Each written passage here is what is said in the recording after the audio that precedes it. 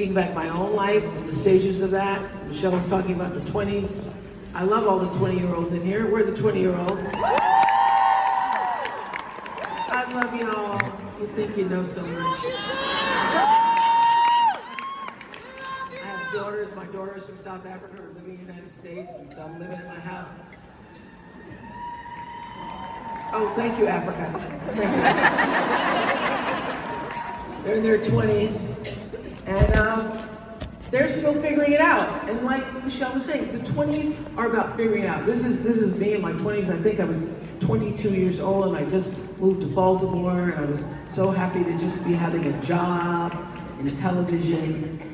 Life moves fast at this age, and it's about experimenting and trying and failing, and let that failure move you in a different direction. And in your 20s, I have one of my daughters who's in North Carolina, a STEM girl, working in a bank, doing really well, called me up and said, Mama, I'm not sure I want to keep this job because I don't know if it fulfills my passion.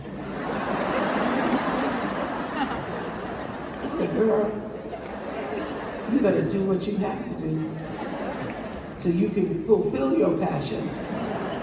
So the 20s are about figuring it out, and many times being in a job you don't necessarily love, because doing what you don't want to do and knowing what you don't want to do is great information for what you do want to do. So if you're in a space right now where you're like, I know I don't want that, that's good. Because it gives you information to start moving yourself in another direction. And then the 30s are about solidifying whatever that direction or plan is. In my 30s, you know, I came to Chicago. I was 29 days from being 30 years old. So I started AM Chicago, which later became the Oprah show, when I was 30 years old. And that's about beginning to connect to your own source of balance. And then come the great years. Any 30-year-olds in here? Oh, 30s are good. And it's only gonna get better, because the 40s,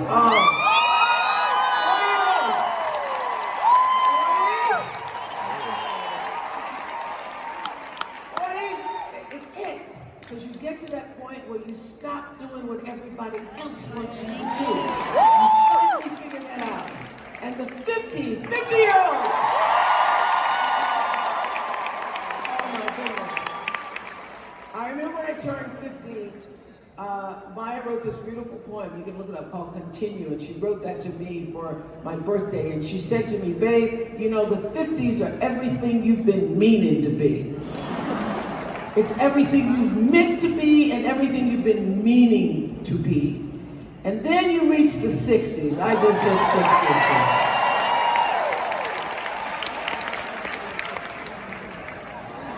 And you know what? For me, it's about satisfaction and living my life on purpose. And as I said earlier today, not doing one thing I don't want to do. Because I earned the right. I feel stronger than ever. I'm well, and it's well within my soul. I've earned the right to be just as I am, more secure and solidly inside myself. That's what I want for you. I've reached that moment that Derek Walcott talks about, describes in that beautiful poem. If you don't know it, it's called Love After Love. And it's a beautiful poem to give somebody for anniversary, for birthdays, especially someone who's mature. He says in that poem that the time will come when, with elation, you will greet yourself arriving at your own door, in your own mirror, and each will smile at the other's welcome and say, sit here, eat. You will love again the stranger who was yourself. Give wine, give bread, give back your heart to itself, to the stranger who has loved you all your life, whom you ignored for another, who knows you by heart. Take down all those old love letters from the bookshelf, the photographs and the desperate notes. Peel your own image from the mirror. Sit, feast on your life.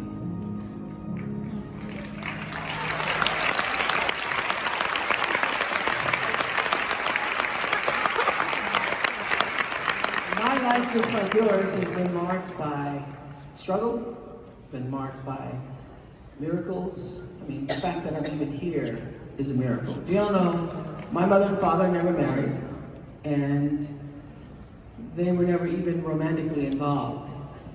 The real deal, my father says, is that he saw her leaving school one day, and he'd been watching her for a while, and on this particular day, she was wearing a poodle skirt. That's my mother.